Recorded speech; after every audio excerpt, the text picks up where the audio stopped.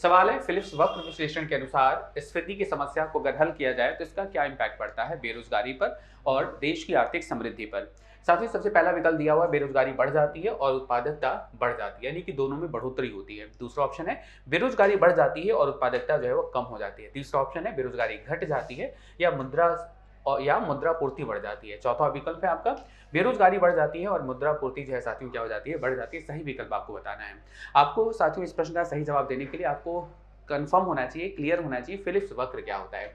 साथियों फिलिप्स वक्र के बारे में बात करें तो फिलिप्स कर्व दरअसल मुद्रास्फीति और बेरोजगारी के मध्य संबंध बताता है। अगर मैं बात करूं, अगर मैं जीरो से वाई एक्स अगर अक्ष पर मैं अगर इन्फ्लेशन लेता हूं और जीरो से एक्स एक्सिस पर अगर मैं अनएम्प्लॉयमेंट लेता हूं, तो साथियों जैसे जैसे इन्फ्लेशन की दर को कम किया जाता है, ये जो कर्व है ये बताता है कि बेरोजगारी वैसे वैसे क्या होती है, बढ़ती जाती है। और जैसे इन्फ्लेशन बढ़ता है बेरोजगारी घटती है।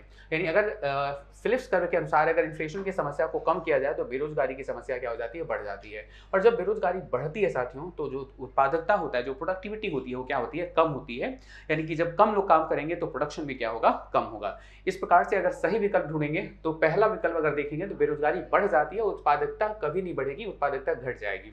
बेरोजगारी बढ़ जाती है और उत्पादकता घट जाती है। सबसे सुटेबल इस प्रश्न का जो आंसर होगा वो ऑप्शन नंबर बी होगा।